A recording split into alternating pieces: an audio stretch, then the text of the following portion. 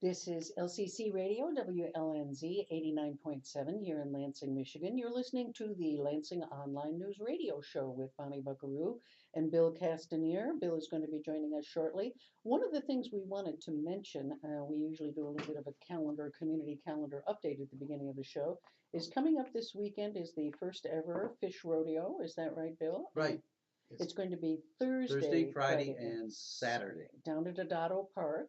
which is right across from the Lansing Community College on Grand Avenue. We had Terry here last week talking about some of the new activities that are going to be going along with this. And one of the things that it has country music every night, I gather, and Right. all sorts of contests and activities for people right on the river And itself. Department of Natural Resources is going to be there with about 25 booths of sorts Oh, good. about fishing and things, water safety and things like that. The DNR is also, I haven't heard how many, but they're going to release quite a number of fish for the fishing tourney. So they'll do that up river and hopefully they'll float by and people will snag them. That's good to know.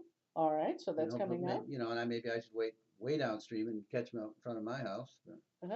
Well, maybe you could have dinner, a little fish fry that night, that kind of thing. Yeah, that'll be kind of fun. So we'll see what that new activity looks like in downtown Lansing. I guess everybody's hoping that'll become a nice addition to the summer calendar and a nice annual event. They've got a bucking fish, like bucking bronco. So. Yes, they've got a little logo there. I don't know quite. I keep thinking that maybe a guy in a fish suit will turn up. I'm not sure. Tonight we're going to be talking about a number of issues, but one of the things I wanted to start out with was that we've had another one of these mass shootings over the weekend, Bill. This is getting to be regular as clockwork, isn't it? I mean, right. You almost don't want to look at Yahoo. I know. You go, wait a minute, didn't we just have that one? Right. This was a totally different one. There were death pack couple shot two police officers in an ambush style while they were eating lunch, and then went to a Walmart across the street where they were confronted by an armed person, and they shot him. Then they killed themselves. Very bizarre. They draped one of the police officers in what's called the Gadsden flag, the "Don't Tread on Me" yellow flag with the coiled snake, which has become sort of a symbol of the Tea Party sort of far right movement in the country. They, I gather, our white supremacists had spent some time at the Bundy Ranch, so we're seeing that kind of connection again. The reason that I pay particular attention to those is many years ago, I was the assistant director of what was called the SIAG, the Critical Incident Analysis Group at MSU. Excuse me, and that was a group that was looking at some of the radical groups in the culture. It was as a result of the Waco standoff. There was concern that these radical groups and the FBI were headed on a collision course. And so our group interposed itself between those two sides and tried to bring them together and at least establish a sort of hotline so that the law enforcement wouldn't face danger by going into some of these circumstances. I don't think that would have saved them in this situation, however. These people seemed intent on doing as much destruction as possible. Right. They went there with the intent of killing those two police officers.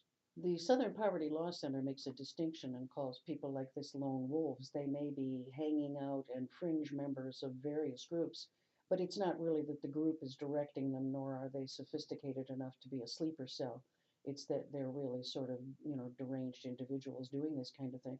But it becomes very difficult to think of a strategy to really protect us from them. Well, it does, because anything that we could possibly do would be to sort of stalk them, and because we can identify who these people are. Right. We knew who they were before they did this. Yeah. But then you have to balance that against a whole lot of rights that we have in this country. Yeah.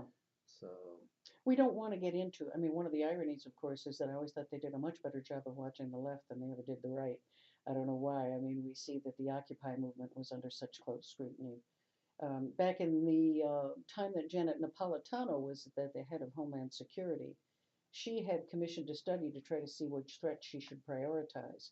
And domestic right-wing groups came up at the top of the list. And I think you remember that. There was a memo written to that effect. Right. And it kind of flipped out a lot of people on the right who were persuaded that they were headed to a FEMA camp near you. And so there was sort of a backlash against that. I'm afraid that maybe we backed off too far and we're not looking at all anymore. Well, you and I remember the 60s when there was incredible, intensive surveillance of the SDS and the weathermen. Oh, absolutely. and And the Black the Panthers. Black Panthers. Hmm. They knew who they were. They knew where they were going. They followed them every day, uh, and possibly they did prevent some bombings with the weathermen. Well, we look at the in the post 9/11 world that the New York Police Department has been caught red-handed doing far too much surveillance of anybody who just happened to be Muslim. It seems though that maybe there's a conversation about, especially in a digital world where everything seems so transparent. Some of the things, the messages that these couples had left on their Facebook page open to the public seemed particularly worrisome. But I wonder, maybe we just have so many people sort of mouthing off like that nowadays that we don't take those threats seriously. I suspect the ratio of those who actually go into action is still quite small. It is, and we had a little bit of conversation about this morning about on if they were in China, Oh, yes. this wouldn't happen. Yeah. Not for good or for good, better or worse. I mean, you can't do things like that in No, other no. countries. Well, I ran into a situation where I was kind of surprised. I have a number of students who are taking my online classes this summer, and a number of them are taking them from home in China, which is kind of interesting. And I thought, well, that's going to be fun, and we'll see. I'll learn all sorts of things about China, which I am. But one of the first things I learned was they can't see any of my YouTubes or any video on Vimeo because the government blocks those. So I found a workaround where we can take those videos and I can reprocess them and send them to MSU server space. But over the weekend on one class, I do a discussion forum every week. And I thought, what would be a good, because I try to wait for the week itself to pick something timely. We're looking at media, mass media, and so I try to pick a media related topic. And I thought, well, that's kind of interesting. Remember that iconic image of the man standing in front of the tank I at do. Tiananmen? And I thought, okay, it's the 25th anniversary of Tiananmen, right?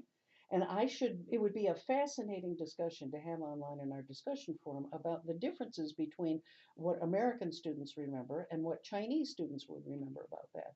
And I was just getting ready to set that up, and then I was doing a little bit more research and gathering some information. I was finding out the Chinese government does not want people back home talking about these issues. In fact, I would have potentially been putting some students, I think, at risk of getting on a list they might not have wanted to be on if their digital communications had shown that they were talking about Tiananmen Square. So one of the things we have to think about is how different culturally, Oh, absolutely. And Yeah. I wasn't saying that they're doing it right. I'm No. just saying it's a different world out there. Oh, absolutely. They don't let people get away with things that they don't think are proper, I guess. We forget how many freedoms we really Yeah. have. They may be reading our Facebook posts, but they're not censoring them yet. I mean, although I think Facebook has betrayed me lately, I gather that they're only passing along what to less than 30% of the people who sign up get to see my posts nowadays. I don't think anybody can figure out Facebook anymore, though. I I mean, know. they change too often, and it's become an advertising medium almost exclusively. Well, that's what happens when it's commercial values in that circumstance. A friend of mine Monica King from Ypsilanti, who's head of the Transition Michigan movement, has said that what this has meant for her is that attempts to mobilize people around the issues she cares about is greatly complicated because not very many people are seeing her posts anymore. And so it's harder to organize people to do things. We think of Facebook as almost like a public utility that we use, to get people out for events we care about, whether they're cultural or political.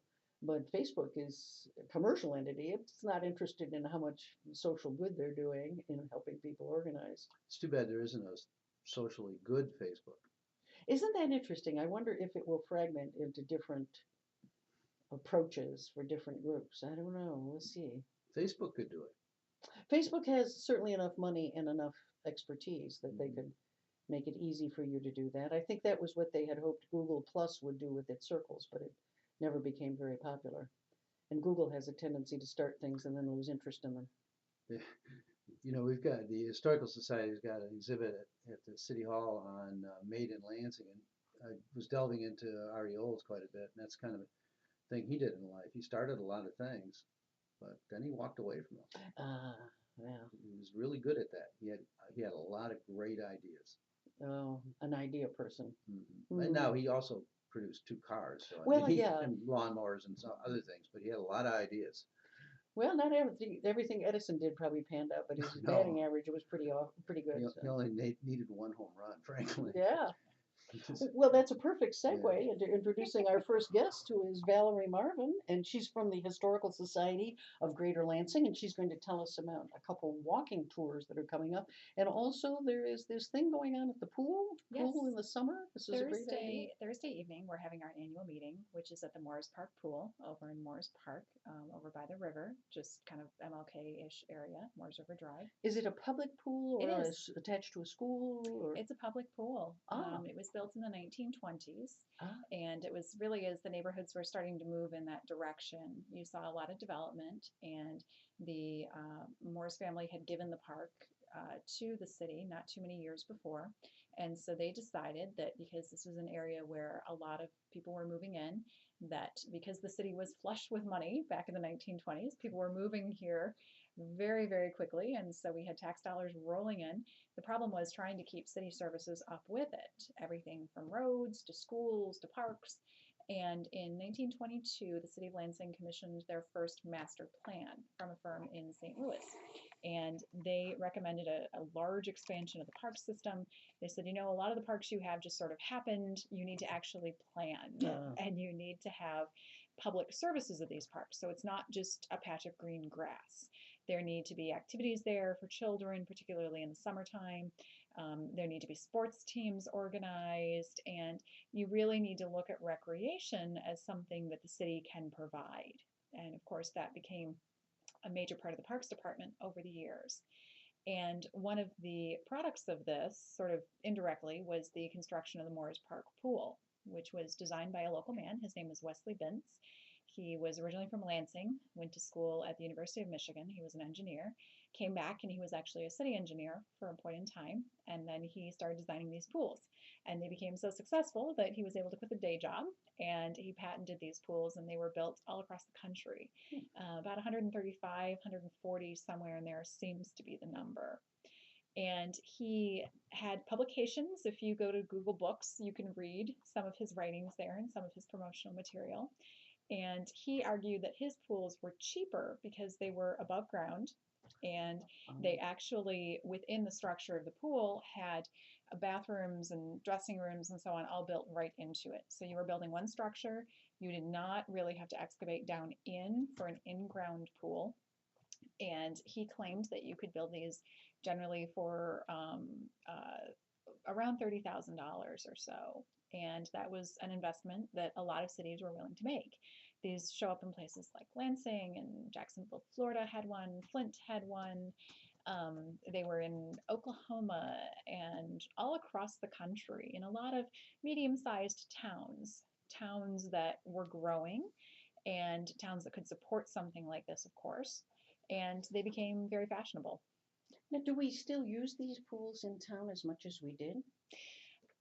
To be perfectly honest, I have never swam in the Morris Park pool, but I do know that we keep two pools here open in Lansing, and we do. I've heard a lot of people talk about not necessarily swimming in them as adults, but going as they were kids. And I think it's very, very popular still with children in the different neighborhoods.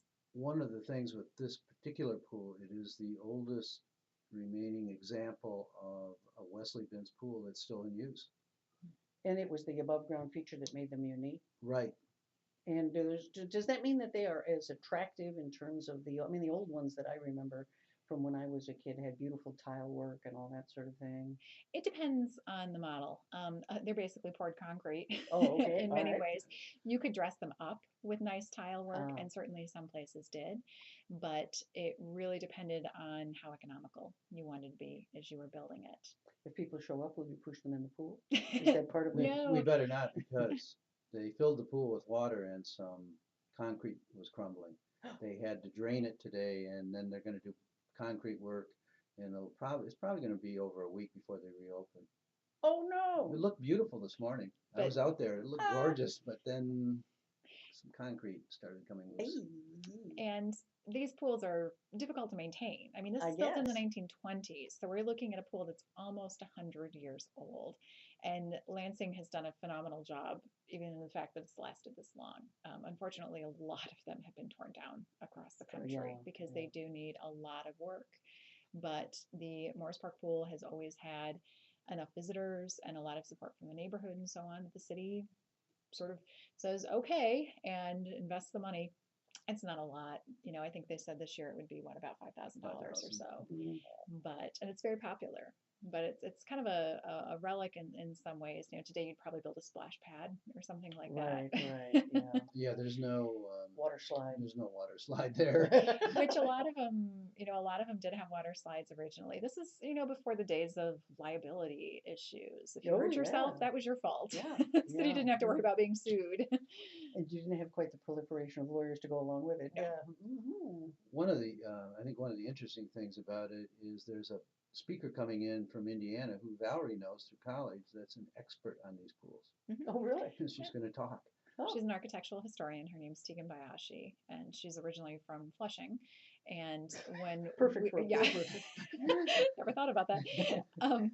When we were in graduate school together down the historic preservation program at Eastern Michigan, she started working on, I think it was a historical register nomination for a Vince pool in Flint, which I believe is now gone.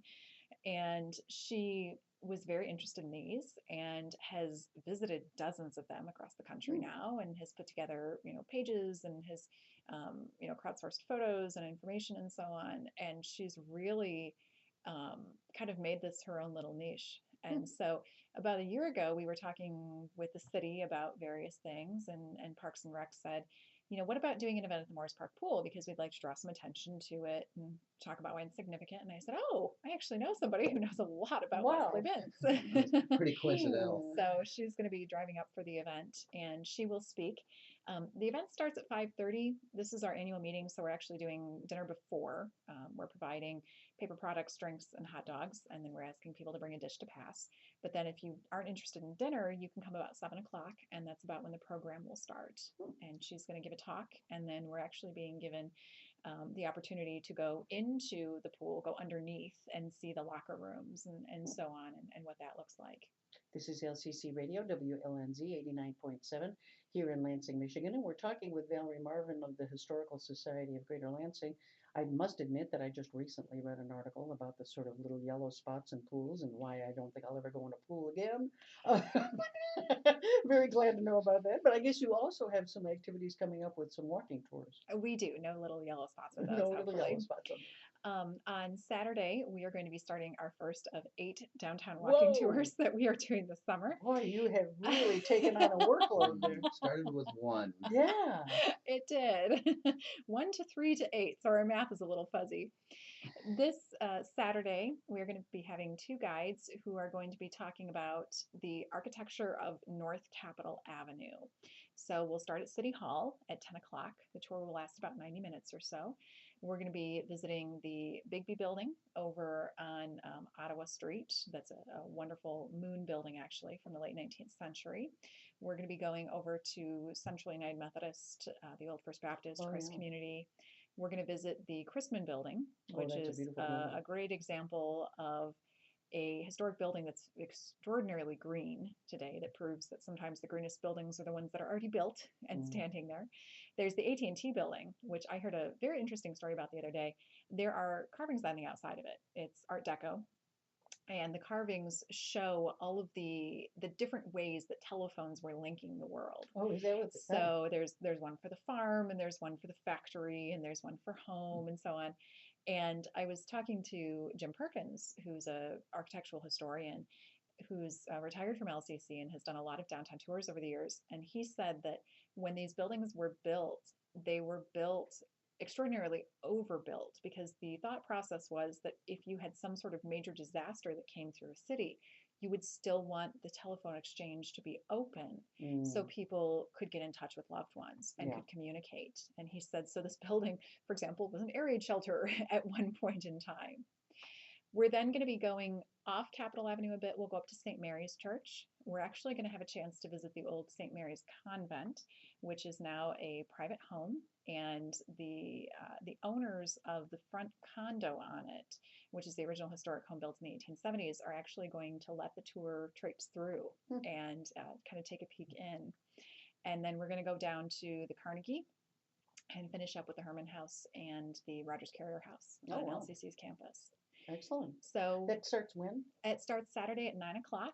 And or excuse everybody, me, Saturday at 10 o'clock 10 o'clock, I thought, and everybody It'll- congregates at City Hall. at City Hall. Yep, we meet in the sort of the courtyard space out in front. Mhm. Tour's free. It's open to the public. Come on down. If We you can't tell them to come on down, but they're gonna. oh, Yeah. sorry. Check it out. And it's funny because people think, oh, walking tour. Well, it covers about 6 blocks. Right. In yeah. fact, we even have a gentleman who comes, to nearly everyone, who brings a little folding chair with him, and he will plop down at each place. So, not intensive walking by any means, but a chance to scope out some beautiful architecture downtown, learn a little bit about the history But of the a city. chance for an entrepreneur to put up a lemonade stand. Oh, absolutely. Will the building still be open so people can see the Made in Lansing, or is it Not on that Saturdays? day. Not that day. No, Okay. unfortunately. But their exhibit is still there on the It first floor of is, City yes. Hall. It's open regular City Hall business hours, and then we will be having some additional events with that for evening hours and lunchtime events and so on coming up. One of the interesting things I think about the pool tour is that the Humanities Council has helped underwrite it. Really? So you think that to them that's an important issue about providing summer opportunities for people to swim and recreation. And back in the 20s and 30s in America, it was part of our culture. Well, it hit 118 in Delhi the other day, and because there was no electricity, people rioted. Now, one of the things I remember as a child with city parks and rec was that, I mean, to be candid about it, it was a way to avoid having people go nuts in the summer because we didn't have air conditioning and people would get very tense and it would be kind of an ugly situation. And it was always, too, part of a sort of urban policy. It included jobs for kids and opportunities to keep kids busy.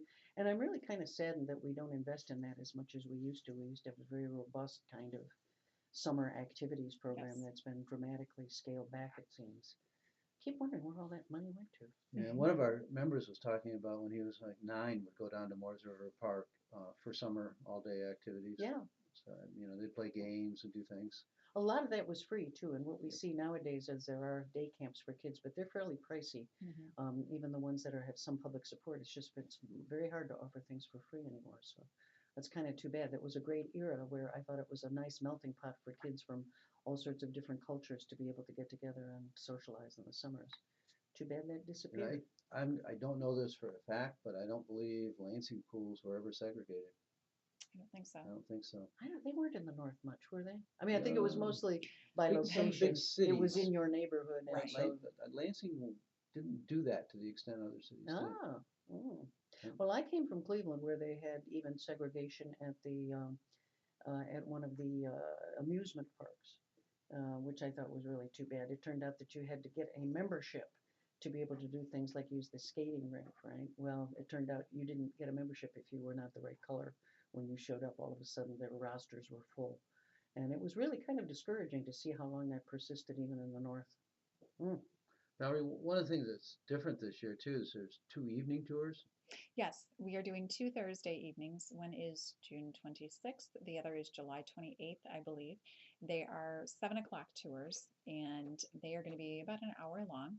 One is called Downtown Disasters, about Oh, some of fun. the fires and floods and a big ice disaster, actually, that took out about 5 bridges on the Grand River, Wow. making it nearly impossible to cross for quite a while You couldn't after. get from one side No. of the town to the other. We'll be talking about the Kearns Hotel fire. We'll talk about the Oh. Plymouth Congregational fire, the fire in the Downey the, Hotel. I don't know if we're going to do the Downey. We're going Okay. to do the state office building, as it was Oh, then, the yeah. Cass building. Fire and flood is what you're focusing Fire and on? flood, and also well, I guess you could count the ice disaster, sort of. It was as the ice was breaking up and floating down the river.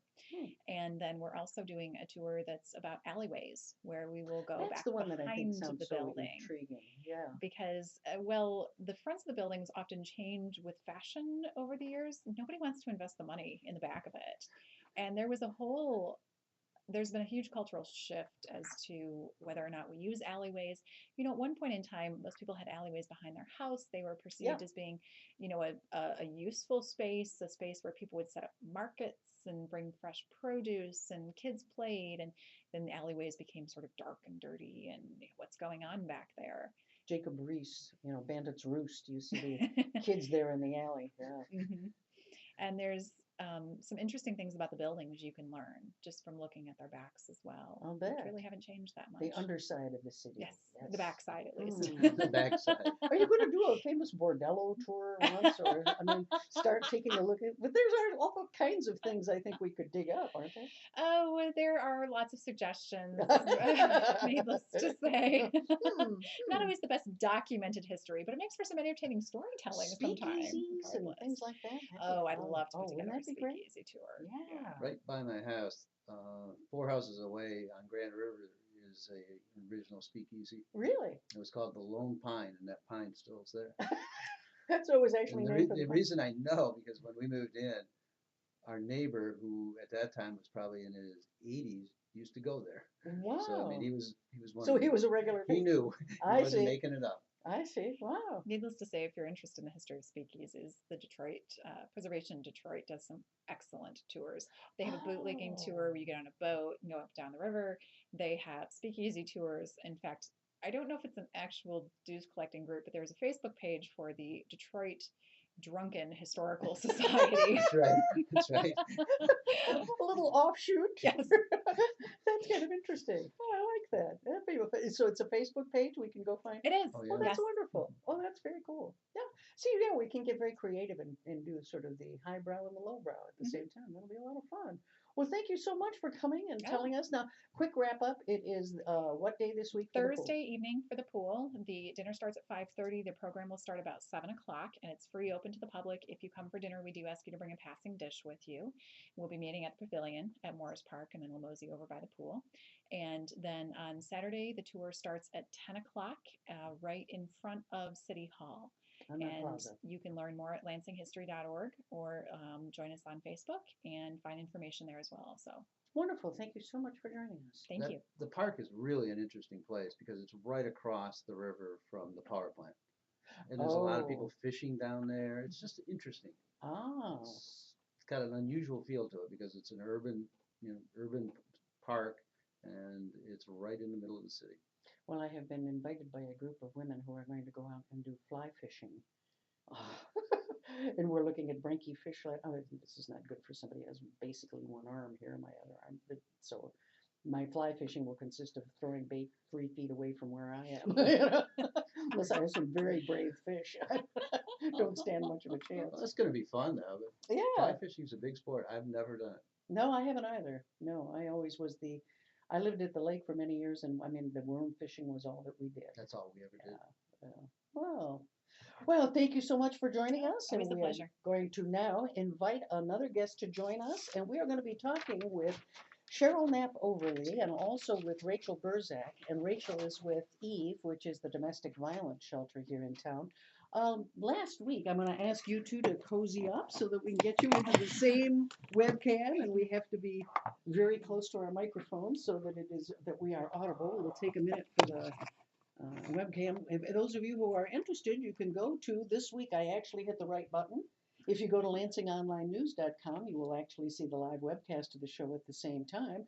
This is LCC Radio, WLNZ 89.7 here in Lansing, Michigan.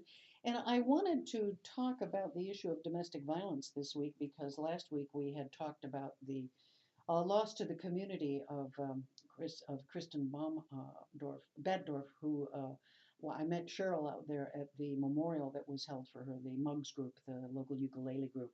We have more than one ukulele group. We have many ukulele groups. And they did a wonderful little memorial for her. And I was talking with Cheryl out there. And we were talking about some of the strategies that the community uses to try to get help to people.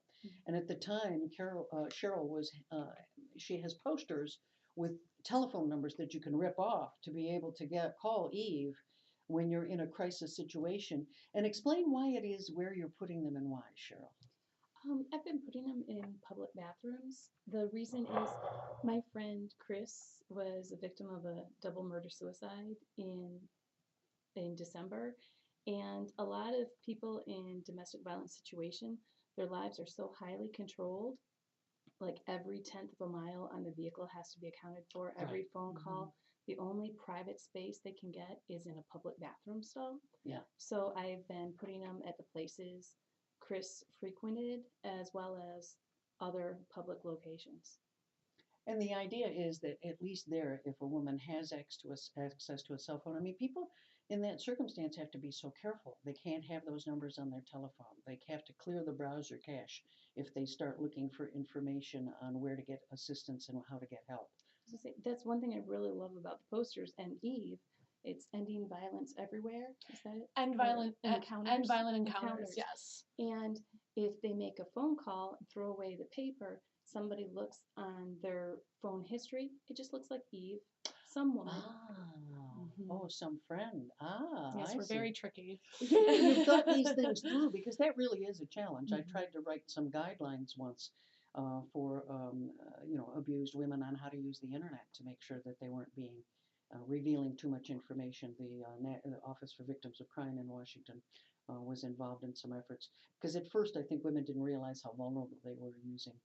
You can easily see somebody's history online and that sort of thing. Yeah, and I'm glad you brought that up because one of our other neat little tricks is on our website, www.eveinc.org.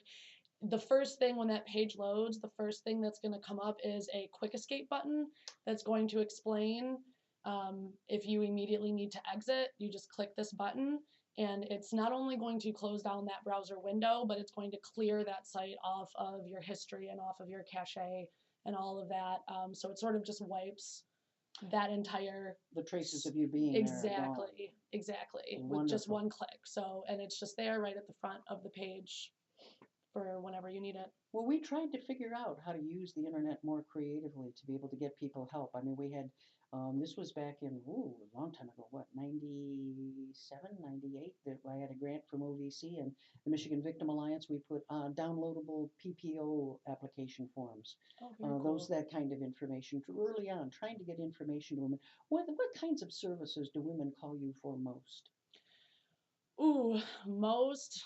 Let me think, because I just looked at all the numbers when I was doing our Oh, annual report. ah, So I would say it's pretty split between the personal protection order office that we run at the courthouse in downtown Lansing. Definitely will get a lot of phone calls. Even if the nice thing about that office is even if you don't necessarily qualify for a domestic, a sexual assault, or a stalking personal protection order, they're still going to kind of help coach you through whatever you were there looking for. So if it's just a different kind of restraining order, like my neighbor's harassing me or something like that, they're still gonna sort of do what they can so they can do some coaching? to help you, Yeah. and at the very least point you in the right direction. So we get a lot of people needing the PPO office, and then we have a lot of people using our counseling services and a lot of people using our we call it non-residential advocacy. So essentially anybody that's not staying in our shelter who's still accessing our advocacy services. So I would say those are the main two. How many people can you accommodate in your shelter?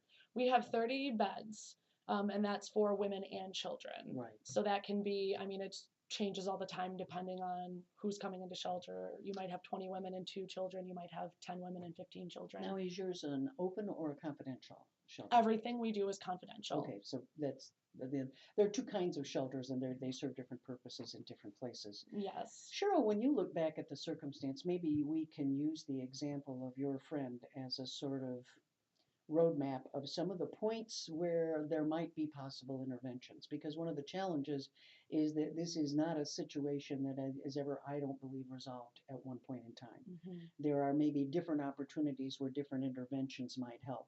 When you look at her circumstance, what did she try to do? What kinds of services did she need? Were there any pressure points that might have helped? She definitely used the PPO office, and after after a standoff in a hostage situation in her home, her husband was involuntarily committed for 72 hours. So we rushed to get everything together as soon as the courthouse opened Monday morning, and we used that to support her. She had been looking into counseling, which I believe would have helped significantly as far as safety planning goes. Because it is. Was she in the process of breaking up with with her husband, and was she filed for divorce and then stopped the proceedings and then started them again And I think it was still another couple months before he realized it was really over. No, was he living with her at the time? No. Okay. These are the times where women are most vulnerable. It's when they're Absolutely. trying to leave, the lethality escalates, the potential for lethal, for violence escalates, and at the same time also during pregnancy. Yep, those are the Those two dramatic increases. It's pretty terrifying. And I mean, again, if we're looking just at Chris, you can still have all of this amazing community support. You can have your friends and family, and you can be taking the right steps, you know, as you feel Right. you need to take them. And that, I mean, that still isn't going to stop somebody necessarily who has their mind made up that this is what they're going to do and this is what I'm going to have happen. I mean, there's only so much that friends and family and community can do to kind of anticipate that and shelter that person. It's so difficult because It Gavin is. DeBecker wrote the book Gift of Fear. I know love if that you- book. I do too. And we actually tried to bring him in for a conference once that I was involved in. One of the things that he talks about is that we can't rely on the PPO. The PPO is literally just a piece of paper, and it's not going to stop a bullet from somebody who is intent on trying to stalk you and find you. And so you do have to realize the limitations of some of these strategies. Fortunately, we live in a free country where we don't get arrested for pre-crime. You have to do something or take some overt action before where you can intervene. But the line between the time where you have somebody making an aggressive move and being able to save that person is so narrow in so many of these domestic situations. It's terrifying. This is a question for both of you. In just your recent experience, have you seen things change? Is there any dramatic changes going on in these situations? Could I ask you to elaborate on Well, things? I mean, like the social climate or the way DV is The handled? social climate and also, are they escalating faster, the violence? I think that really kind of depends on the abuser and the dynamic of the relationship. The thing about domestic violence is that it's so subjective based on the chemistry in the relationship and the dynamics that are being exchanged between those two people. So it's really hard to say broadly. For So example, much of it is hidden too, though. so Oh, much yeah, of it is yeah. hidden, and everybody's different. For some people, the personal protection order works, and that Right. kind of staves off any further violent actions. Person is a response to sort of a public shaming saying stay away. Exactly. Other people It doesn't. react the It opposite. inflames them. Exactly. So in that regard, I don't necessarily know if there's been any difference. I have noticed a shift in the social climate, not as quickly or dramatically as I think any of us would hope that it is, but little by little, I can see it shifting. So for example, I guess part of my job is prevention education and community awareness. So I do a lot of domestic violence 101 workshops, dating violence prevention education. And I will say that almost every workshop I've ever given, everybody raises their hand. I know somebody that has experienced domestic violence. If it wasn't me, if it was somebody I know, they all kind of can name not only physical or sexual abuse, but they can name and identify verbal abuse, emotional abuse, victim blaming a lot of the time too, Right. which is something that is still kind of new in a lot of ways, relatively, but I've noticed that people are very good at identifying what victim blaming is and kind of calling it out. And correcting that. So I think just the knowledge and awareness, we have sort of that blanket level now where people kind of have some Where idea. people kind of get it. They're kind of getting it, and they're at least receptive to understanding it more. Where maybe in the past few decades, a lot of people might have shut down, I guess, or been more resistant to that. No, that's not something that happens, and it seems like now, at least I have the feeling the denial is breaking. Yeah, I can also say, just in the circles I run in, I've seen a difference. There can be so much victim blaming. Why didn't she leave? Right. And shaming people for being in situations. I see a lot of that, people's eyes opening, realizing it happens to rich people, it happens to poor people, it happens to educated, it happens to uneducated, it happens to white people, people of color, professional people, blue collar. They're realizing it's around them, and I see so many more conversations opening up with people who realize it's a problem. And I want to mention about the PPOs. Yes, it is a piece of paper. It doesn't stop bullets, but with my experience with my friend Chris, it's filed with the court. The person carries the orders on her or him, and it also goes to local law enforcement. Mhm. And I was very impressed with all my interactions with the Lansing Police Department when different things would happen. If they weren't sure if they could call Chris because I was there at the standoff, because my name was on different papers, Right. they would call me and say, Share "What's information. going on? Yeah. Is it safe to call her? Is it safe to visit?" Mhm. And making a plan to work, knowing that's in place. The planning is essential. I mean, one of the things Mhm. that used to happen, and that's what I'd be interested to find out too. There used to be quite a few stop grants. The Office for, Yeah. the Violence Against Women Act was responsible for. Are we getting as much grant money into the programs as we need to be able to do these? And I see you smiling. And usually that's not a good happy smile. Well, you're also talking to somebody who, if given the bank account, would just heal the entire world. So Right. I Yes. don't know, like how much of a reasonable opinion mine is. But I think that there's been a lot of funding cuts. I know Yeah. we've at least seen in our organization really having to accommodate for not being able to fund certain positions that might have been there in the past. For example, part-time residential advocates, which really help. Advocates are essentially barrier removers. That's how I think of them. So we're not going to do stuff for you, but we'll help you kind of identify what's getting in your way. Okay, how can we get this out of your way? What do we need to do? Do we need to do job training? Do we need to help write your resume? Is it Organized healthcare? transportation to Organized get. Yeah. transportation, exactly, whatever. So with not being able to fund those residential advocacy positions, we find that a lot of our advocacy work with our clients gets slowed down.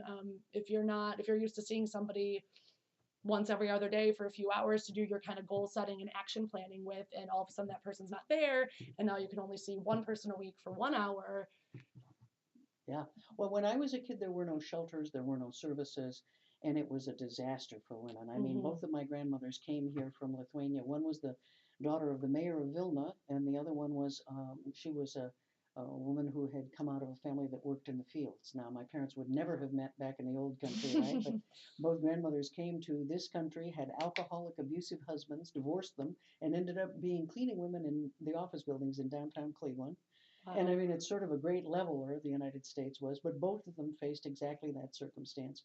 I myself sometimes do and sometimes don't disclose my own experience because when you were talking about victim shaming, when I would train police, I was on a VAWA grant for a while and I was there to be able to offer the voice both as an expert in community policing and as a person who was a domestic violence victim. And I could tell the chill in the room when I disclosed that I was a victim because police have such a frustration trying to deal with these issues over and over again, many times at the same address, that they get very frustrated.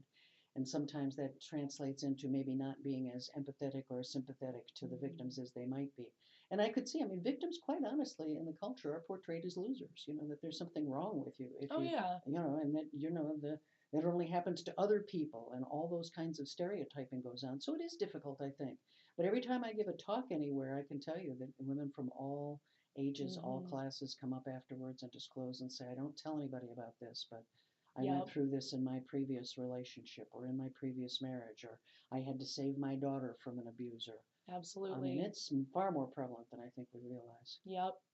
I've experienced the same thing just in this past year that I've started working with, even doing these workshops and prevention education seminars. And yeah, everybody has a story. Yeah, they do. Yeah.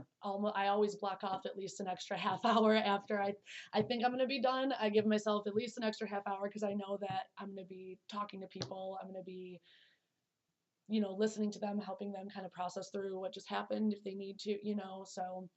Now, Cheryl, you published on Facebook the other day, The Cycle of Violence. I think that came out of it was once called, I remember, the Wheel of Control. Power and Control Wheel. Power Yep. and Control Wheel came out of Colorado, I think. And it's many cases fall into that. And it sounds as though that was the dynamic that was operating in your friend's situation, where you see, I mean, whether it is a same-sex couple or a heterosexual couple, the dominant personality is trying to control the other person and control every aspect of their lives. How does that cycle work? Well, I, it starts out with the tension increasing, a lot of eggshell walking, eventually an explosion, a lot of Eggshell walking, meaning that the woman is constantly trying to mollify the abuser. Doesn't know what to placate. expect. Yeah. Yeah, just on edge all the time. They don't know what trying the to triggers prevent are. it. You keep thinking, if I can only figure out what it is that triggers it, I could stop it. Yeah. And then the explosion, and which can manifest many different ways, followed by oftentimes apologies. Yes. It can be eventually twisted around towards a little honeymoon period. And a lot of times the blaming can shift. Flowers, during- candy, all of the I'm sorry, it'll never happen again. Yeah. Absolutely. When there are children present, is this a myth that it is passed down generationally or not? Is there any evidence of that? There is evidence of that. I mean, we Research learn. confirms it. We If you learn see from violence, you watching. learn how to solve problems that way. Now, that being said, that doesn't mean that everybody who witnesses or experiences violence as a child is going to grow up to be an abuser or be a victim, because the research goes both ways. Right. You have, if you grow up learning that, you have a higher potential, 10 times the potential to be either an abuser or a victim. That being said, I think the majority of people who experience that as a child don't grow up to be abusers. So there's more learning, and reinforcement is definitely a piece of it. But there's more happening than just that makes an abuser. This is LCC Radio, WLNZ 89.7 here in Lansing, Michigan. We're talking with Cheryl Overly and also with Rachel Burzak, and then we're also talking a bit about EVE, the organization that Rachel works for, about dealing with the issues of domestic violence. You know, one of the problems with trying to deal with this complex topic is that it's sometimes when you try to do something really good, there can be unintended consequences. I was involved at one point where they were trying to pass new legislation for exactly what you're talking about, Bill, that if children were present in the home when the violence occurred, that there would be an additional penalty at sentencing, just as there is for a hate crime. That sounds very sensible. Oh, that's a smart thing to do. And then they realized if we do that, women don't call as much. Yeah. Because they are often financially dependent, maybe emotionally dependent, all sorts of other, their lives are intertwined.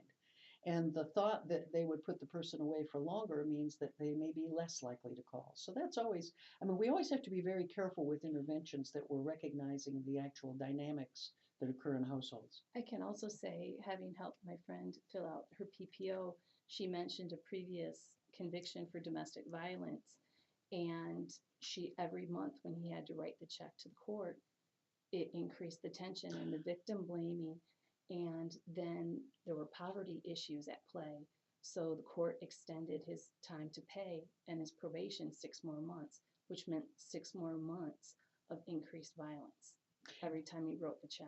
I mean, that's one of the challenges that Gavin DeBecker talks about, is that the formal system sometimes is not, adds to the pressure and adds to the stress, and that's a real challenge. I talked to Richard Burke, who did, he was the one that put together the Minnesota study that took a look at, and that's where we see more increased arrests now, because the idea is that the more that you arrest somebody and don't just, in the old days, the police might take the guy out for a walk around the block, right? Yeah, go for a cool down. Yes. Well, he said, unfortunately, he wished that his research had been more accurately reported in a lot of places, because that is also not a panacea. Right. I mean, there are times where, because of poverty issues, if the person loses their job, it adds to the stressors. My former boss, late boss, Bob Turjanowicz, used to say that this kind of violence, he always called it that slot machine theory. He said, you have a certain biology you're born with. Some people are more impulsive than others. We don't know completely how and why people are wired one way or another.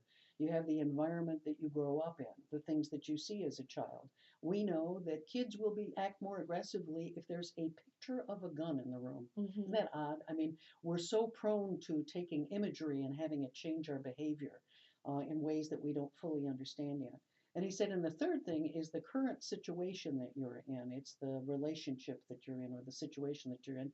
And he said, then you pull the handle, and that's that trigger or stressor. And loss of a job, unemployment, being foreclosed on in a house, those kinds of economic issues, they often play a role as being a trigger against that whole backdrop of other issues that you're dealing with. Sure. How we can intervene with all of that is a real challenge. I'm sure some of your counseling sessions are quite extensive, trying to help people sort through all of that. Yes, well, I don't counsel. Ah, Yes, we have a whole special department of experienced counselors to do that. But yes, from what I've heard and what I understand, that there is a lot of work kind of breaking down the cycle of violence, breaking down that power and control wheel, and sort of looking at all the different pieces and how they're coming together to form one very terrifying puzzle. What I will say is that everything that Eve does, because we understand the complexities of domestic violence and how subjective it can be, one of our sort of missions and values is self-determination. yes. So everything that we do, we say is empowerment based, and we never take away the client's right to self-determination. So when you come in um, for services, we're not going to tell you, okay, well, this is what you need to do. This is how you need to handle it. You need to take down, make a list. Once you achieve all of these items on the list, then your violent relationship will be over and you'll be free, because that's just not how it works. And what works for some people might not work for other people based on your life circumstances. So we let the clients decide. Client directed. Would you like a personal protection order? Do you think that would help, or do you think that would make it worse? Would you like to file charges?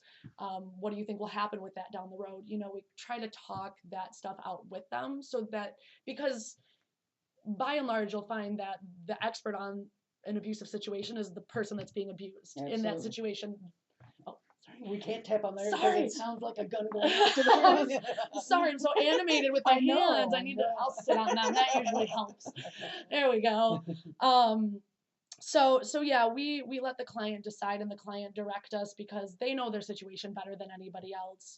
So they'll know better than we They will. really are. what will I work. became an expert on my husband's behavior. Absolutely. I would come home at night. I would put all of the knives into the drawer. I would make sure there were no scissors out. I had a whole routine that I went through. I made sure that I knew exactly where my keys were, if I had to make a rapid exit, all of those kinds of. We become really expert in our own safety. Absolutely. I think one of the unaddressed issues, though, that we have had difficulty talking about in the culture, maybe the conversation that has started with, not all men, but then yes, all women, Yes. is that this occurs against a sort of overlay of misogyny in the culture. Sure. The idea that a man has the right and is brought up with the attitude that it is his right, literally, to be able to control a woman, and he's the one. Let's face it, our dating rituals are built around the idea that the male asks the woman out. Yeah. Women don't come up and ask the man out. This is the way it goes. And so when you're steeped in this culture that there are certain privileges on the part of the male privilege, and that the female is obligated, and it's reinforced, unfortunately, whether people like to admit it or not, the research suggests it is, by traditional values. The more and more that you see women as playing a submissive role, the more and more they're vulnerable to domestic violence. And I think we need to do a better job in raising children, both raising girls to be autonomous and raising boys to recognize that that's attractive and that that's the way life should be. Absolutely. What do you mentioned dating abuse? Sure. What goes on in the schools? Are there any programs in the schools that help educate young women about this and what they can do? That's a great question. The only program that I know of that is in schools is mine. If a school or a teacher or a counselor invites me, to do a program or requests a program. Beyond that, I really haven't seen anything. In fact, I've seen what is almost kind of a shutting down or a shutting out of, no, we're not going to talk about this. You're too young to be dating. You don't understand what it means to be dating. Therefore, it's not something we're going to talk about here. You need to be focusing on school. This is detracting from your schoolwork. I've seen that over and over. And I've seen among the experts, they say high school. I had a number when I was working on these various grants. People saying to me, working with high school girls is the worst. They are so trying to sort out sex roles for themselves, and they're so desperate for positive male attention that they'll grow out of some of that. But so many of them are really so insecure at that age, and it's very difficult because as we mature, we're trying to figure out where we fit in society, what the traditional roles are. We learn all of the traditional stereotyping, and it really becomes difficult to work with high school girls. Oh, sure. And just psychological research shows that once girls enter junior high and sort of their teenage years, like right around 13 is when self-esteem sort of plummets. Yeah. Along with math scores. Yes. Shocking. Yeah, I know. It's because we're not supposed to be able to do that. But I do know, what I do know is that research does show that dating violence is rampant amongst our teenagers, amongst our high school students. I mean, 1 in 3 teenagers are reporting experiencing some kind of violence from an intimate partner at some point in their high school years. That's 33%. I mean, I've had teachers tell me, you know, I walked down the hallway the other day and I saw one male student grabbing his girlfriend's face, sort of, you know, aggressively grabbing her jaw and shaking her head from side to side. With technology, we're seeing a lot of nude photos being texted and shared and posted and looked at lunchtime. Cyberbullying that goes Cyber, on. lots of cyberbullying, and that's not even domestic violence. No. That's But that kind of bullying related to your relationships, Yep. you know, whether you're attractive, whether you're not attractive, all of that is part of a piece, really. I mean, we have done some good work on things like, I think, the cycle of violence. My situation was totally different. My husband had been a violent kid. He'd almost killed somebody on the playground when he was a child. And he wasn't particularly controlling. He was just unexpectedly violent at different times. If you mistakenly crossed him, it didn't matter whether you were his wife or a stranger, he might really go for you and try to kill you. And that was, I mean, it was very dangerous, and people had, you know, you have to learn about that. But we live in this violent, steep culture. I'm really concerned by, I mean, we see what should the proper role be of the media in covering this issue? You know, I can say I was a child, I grew up in the 80s, and I was shocked. Do you remember Sting's song "Every Breath You Take"? Yeah. Which I thought was horribly scary, stalker. And I remember being at debate camp, and one boy wrote a love letter to my roommate and quoted that song and thought it was a love song. And that red flags all over the place, trying to change the idea of what a healthy relationship looks like. And I actually appreciate that Eve came into our homeschool group and taught the Girls Are Powerful class to our girls who are ages 13 to 18. And we tried to get enough people for a bullying class, because a lot of the patterns you see with bullying are the exact same ones you see in intimate partner violence relationships. So the ones who were ready to receive the more about dating violence and domestic violence, as well as self-esteem, they really stressed, they can receive that. And the ones who aren't ready, like the younger children, can learn about bullying and how to deal with it and what the dynamics. So it primes them to be able to see that in other relationships as they age. You know, parents, it sounds like, should have this conversation with their children, right along with sex, and so should educators. Repeatedly. Yeah. Not just once. No, often. Yeah. However, that's difficult if we know that in at least 25% of homes, this is something that's already a pattern that's been developed, and it's something that, you know, they're experiencing there as well. So that raises another issue. You know, how do you kind of help the parents, help the kids? One of the things we can do is we can strengthen the role of the bystander. There was a case here in Lansing where a community policing officer had suspicions that a woman was being abused, and that maybe her children were as well. And he worked with another group of women in the neighborhood, and they were in that community, and they started visiting her when the husband was gone and putting pressure on her to deal with the fact that she was being abused. She got so frustrated, she actually moved. They followed her. Oh, geez. Even though she was no longer in their beat area, they went over to her house and they were able to get her to go and seek help. And I mean, sometimes it is very difficult to make that rupture. Yes. And it is, it's very hard for women sometimes to sort of get over that hump. And the ability of the bystander, and I think also in schools, to have that kind of bystander groups of girls who are supportive and willing to intervene. We also need to raise a generation of boys who find independent and feisty women attractive and not intimidating. And violence against women deplorable and shameful. We used to say there's nothing worse than hitting a woman. That was considered, you know, part of chivalry, and I think we moved away from that. But it's not right to hit anybody. Right. And that's one of the sort of values that we need to get back to. So if there is a hotline number or something that people can call for Eve? Yes.